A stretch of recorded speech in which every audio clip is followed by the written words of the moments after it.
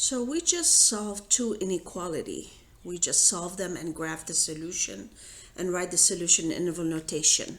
Now here's the third one I'd like us to do here. Negative 4z plus 2 greater than negative 6.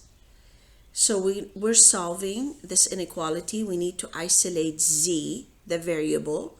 So let's go ahead and subtract 2 on both sides.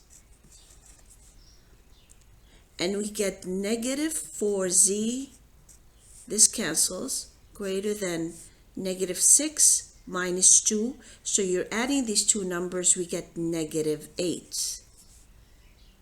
Now, we're going to divide by negative 4 in order to solve for the variable. But here, we're going to have to divide by a negative number. Now, what happens when we divide by a negative number? Now, if you recall from class, whenever you divide or multiply by a negative number, the inequality changes. So if you recall, 2 is greater than 1.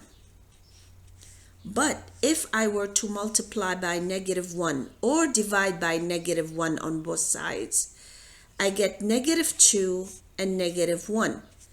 Now, this is no longer true.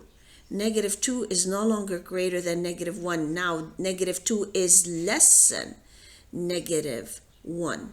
Negative 2 is to the left of negative 1 on the number line.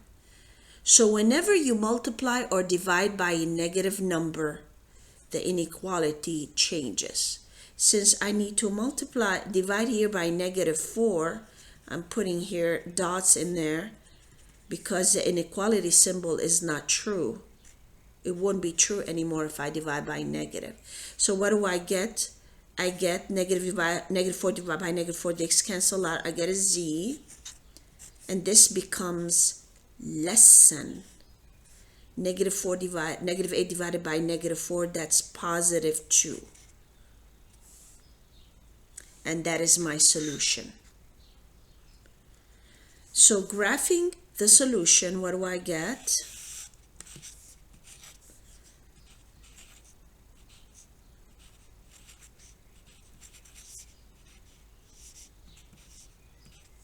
So z is less than 2, meaning 2 is not included in the solution. So I'm going to have parentheses around 2.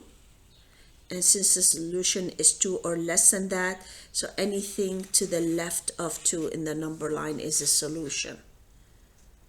Now, the solution in interval notation would be